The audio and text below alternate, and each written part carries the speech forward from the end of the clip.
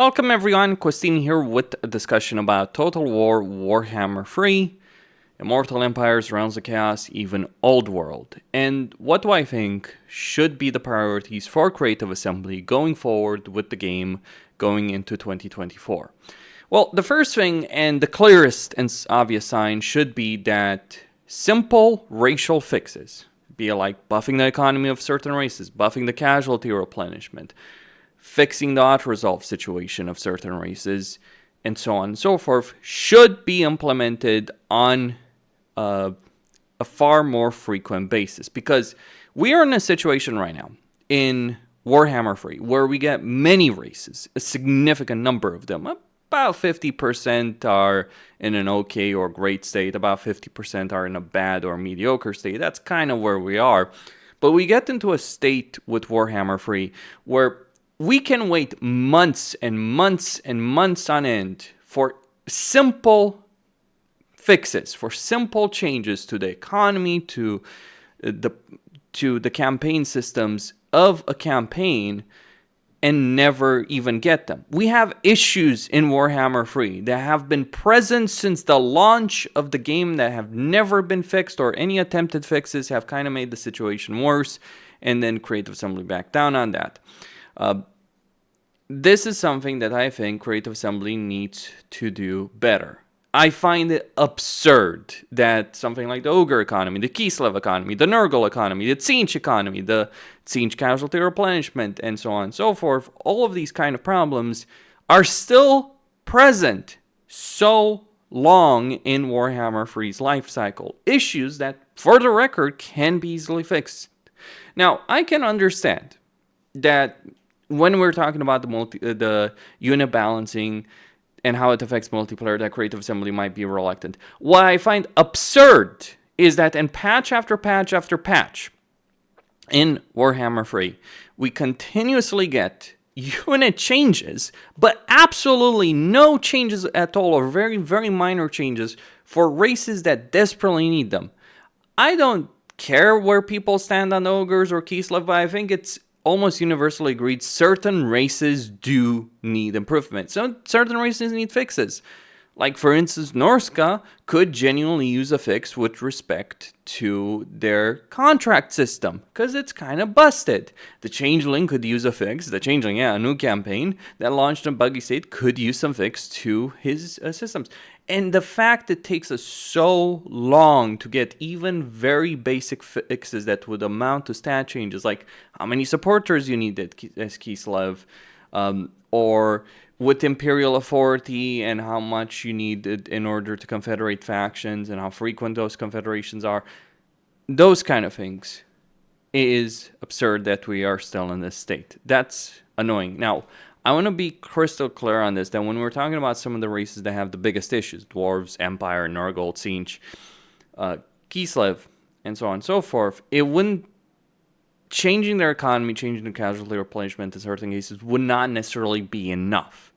They would need massive overhauls. However, you can certainly make the situation far more bearable if you implement those kind of minor fixes. It is infuriating beyond any measure to see modders with no skill whatsoever in programming being able to do this. So it's not a question of ability. It's not like people have focused a lot on technical debt. No, Warhammer 3 is not in a bad state because of technical debt. It is a problem. I admit, I accept that.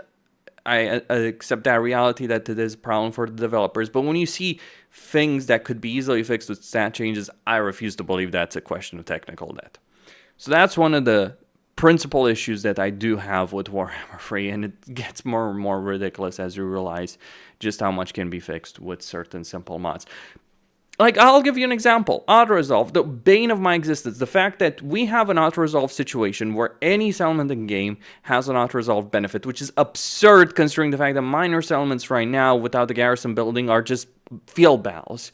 But yet every settlement for both you and the AI has a benefit to it. It is absurd. And yet there are mods that preserve the AI behavior, that has the AI just as aggressive as before, and he removes that benefit and makes the situation far better. Because I don't know about you, but I really hate having to deal with that. Then there's the siege situation. All right, let me say this. with respect to sieges, regardless of how one might feel about the siege battles. I personally find them a pile of crap. The reason I find them a pile of crap, they're boring, the gameplay isn't great. The incentive of gameplay, if you're playing a siege as the attacker, is to abuse as much as possible in order to minimize your casualties. Because it is possible to take enormous casualties in a siege, but the way the creative assembly may think we should be playing this siege, oh, we're going to launch a siege and it's going to last 5 turns and we're going to build siege equipment and we're going to attack the walls. It is absurd. To be blunt and frank about it, it is absurd. If you play a siege like that, you're not playing the game correctly. Flat out. You never build siege towers. You never use ladders, because, by the way, you're breaking the pathfinding of the walls if you use ladders or towers. That's the reason you want to do that. You want to get artillery if it's available for a faction, and if it's not available, you want to, if you're a melee-focused faction, you storm the gates. You either focus on one gate or maybe 2 gates, maybe multiple gates, but you focus 1, 2, 3 gates. If you're a warrior's cast, you burst down the wall in one location, and then you focus. And then you focus on eliminating the enemy units one by one. It is absurd that we got the patch that was supposed to make sieges better for the attacker. Remember that particular patch note? And yet they buffed the HP of towers and walls, and it's like, okay, maybe, and I'm going to say this very clearly to Creative Assembly, maybe they should have actual developers working on their game. People who are playing the game themselves. And I mean a lot of playing the game. I mean people who spend thousands of hours playing this game on Legendary or Normal who have to deal with it. Actually have to play it. And I mean play it. Play battles. Push people to do that, because maybe that's the problem, as opposed to what it feels like to me, what they did with some of the recent patch changes, where they're just listening to Reddit or looking at, oh, this popular mod does this, and let's just copy and paste that. Yeah, that is very clearly what Creative Assembly has done in certain circumstances, and it just doesn't end up being great. Surprisingly, this might shock some people, modders can get that wrong in a lot of ways.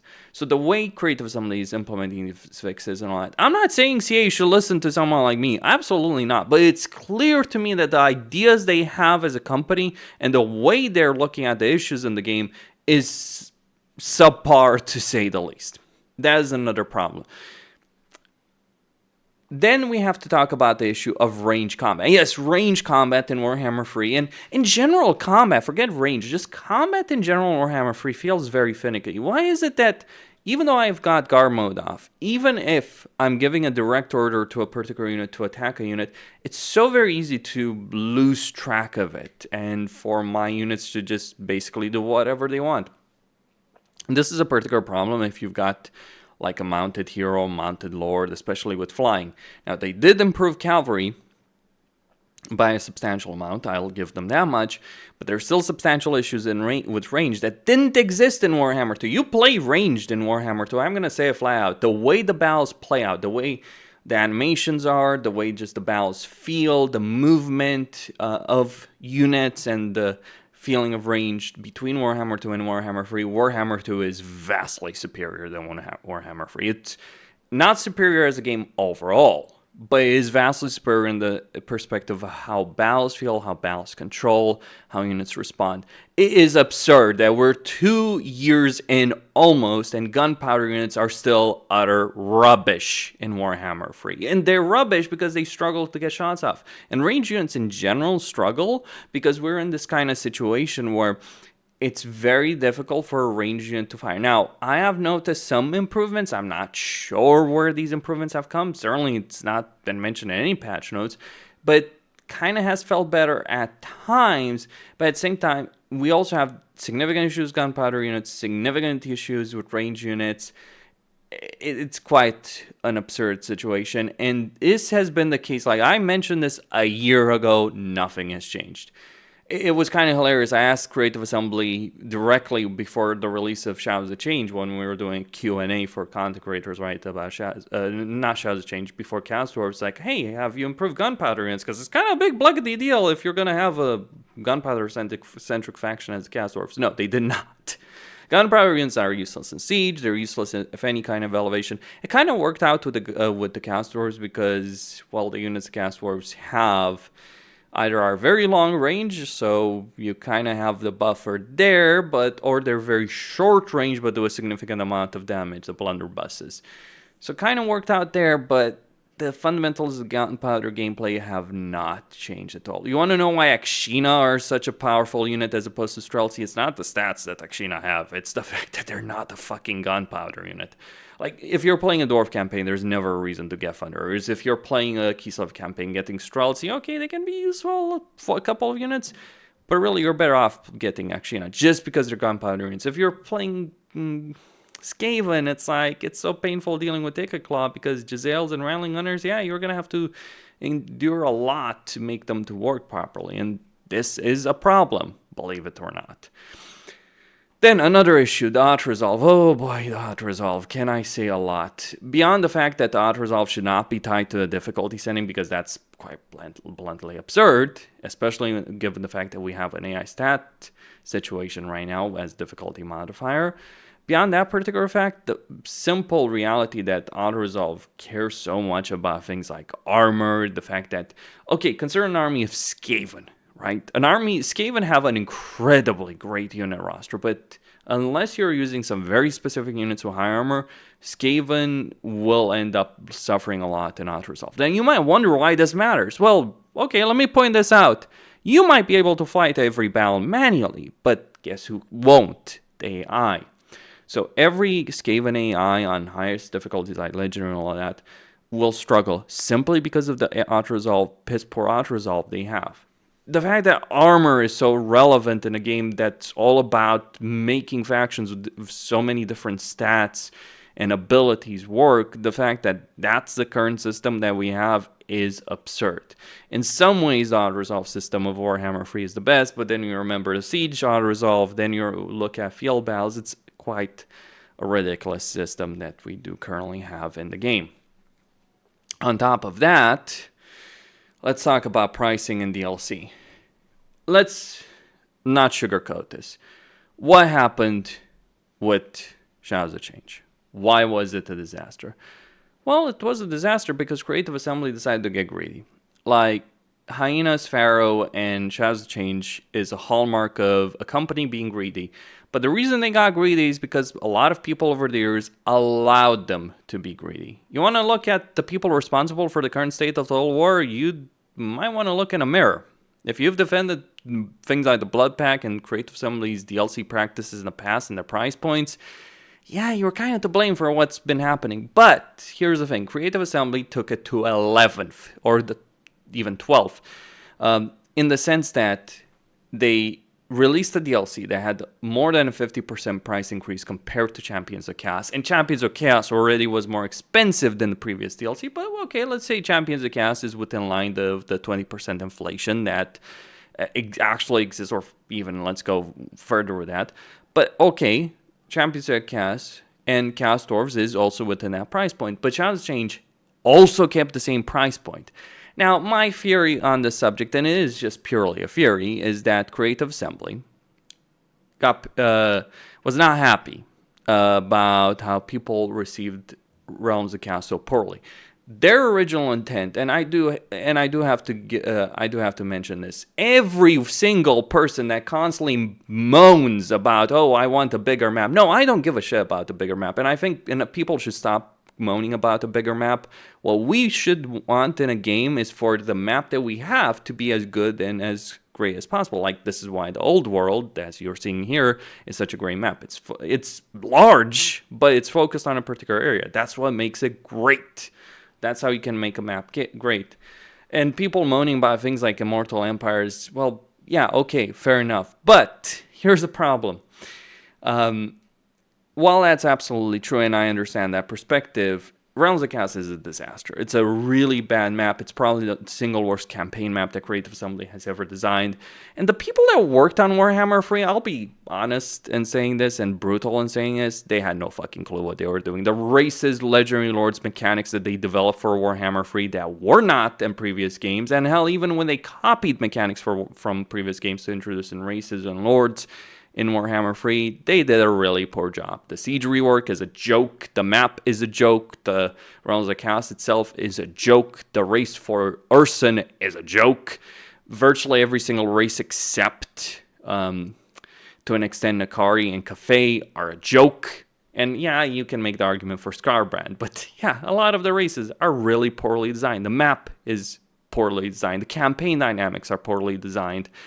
And so a lot of people were getting angry. But the reason this has to do with Shadows of Change, Creative Assembly rushed Immortal Empire as a result of the failure of Realms of Chaos. They did not intend to. Remember how long it took with the Vortex campaign. People expecting Immortal Empires from day one with Warhammer 3, that's not reasonable. I have to make that argument. It is not reasonable to expect that. That they rushed it, well, a lot of the issues we currently have are because of it.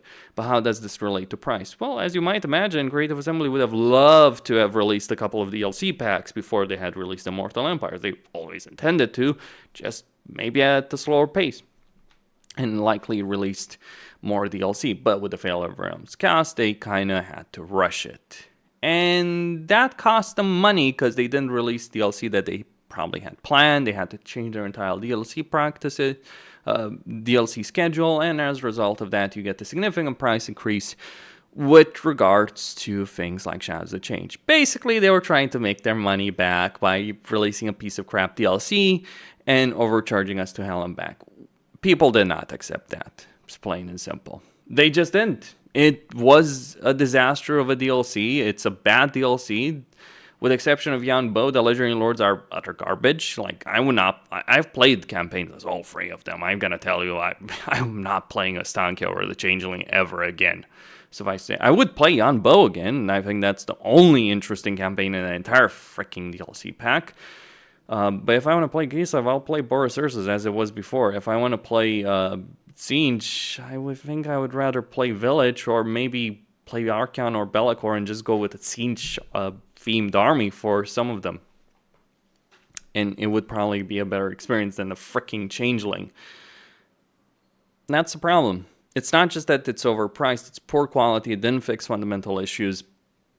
It made some things worse. It's kind of incredible to think of the fact that Shadows of Change broke some things that Creative Assembly had fixed already. That kind of practice. Like, I understand where CA is standing. I get that. But they also need to understand that their behavior is abhorrent, and no, they are not Blizzard, they're not Activision, they're not Microsoft, they're not EA. I understand that game developers are jealous of each other because, oh, this company is embracing horrible business practices, why shouldn't we, right? Well, you're not those companies. I'm going to say this, and I see this a lot in the indie scenes as well, this kind of level of arrogance or the jealousy, if you will, between companies. Like, oh, well, the price point this other company is asking that. Okay, you're not Paradox, CA. You're not Paradox, you're not EA. Stop fucking behaving like them and maybe behave like a better company, because you've managed to alienate a fan base that has tolerated a lot from you. A lot. I wish to stress this out. As someone who's played the series for over 15 years, getting closer to 20 years, there's been a lot of trash coming from Creative Assembly, and people swallowed it up. Things like the Blood DLC, things like DLC practices in general, the poor state of many releases, and including things like Shogun 2. Yes, Shogun 2. As people have a good perspective of now, and as great of a game as it is now, Shogun 2, when it came out, its instability was fairly bloody legendary. Like, its performance as a game, its crashing, its instability, like, flat out, I'd struggle to get the game to run on a fairly good computer. Nowadays, yeah, sure, on my super machine I get it to run, but back then, yeah, Shogun 2 was not a great experience. And then people were surprised that Rome 2 ended up being a pile of crap. I mean, after Empire, Napoleon, and Shogun 2, you were surprised by Rome 2 and Attila? Yeah. But people tolerated that. Just like there's plenty of people that defend Rome 2 and Attila. Guess what? You've lost the historical fan base, CA. You've lost the fantasy. You're losing the fantasy fan base at this particular point. And while you might have fanboys that are willing to defend the DLC practices and argue, oh, they were only asking for pocket change, no, they're not. It is an absurd price increase that is not justified. look, believe it or not, I might criticize Total War quite heavily. I might criticize Creative Assembly quite heavily.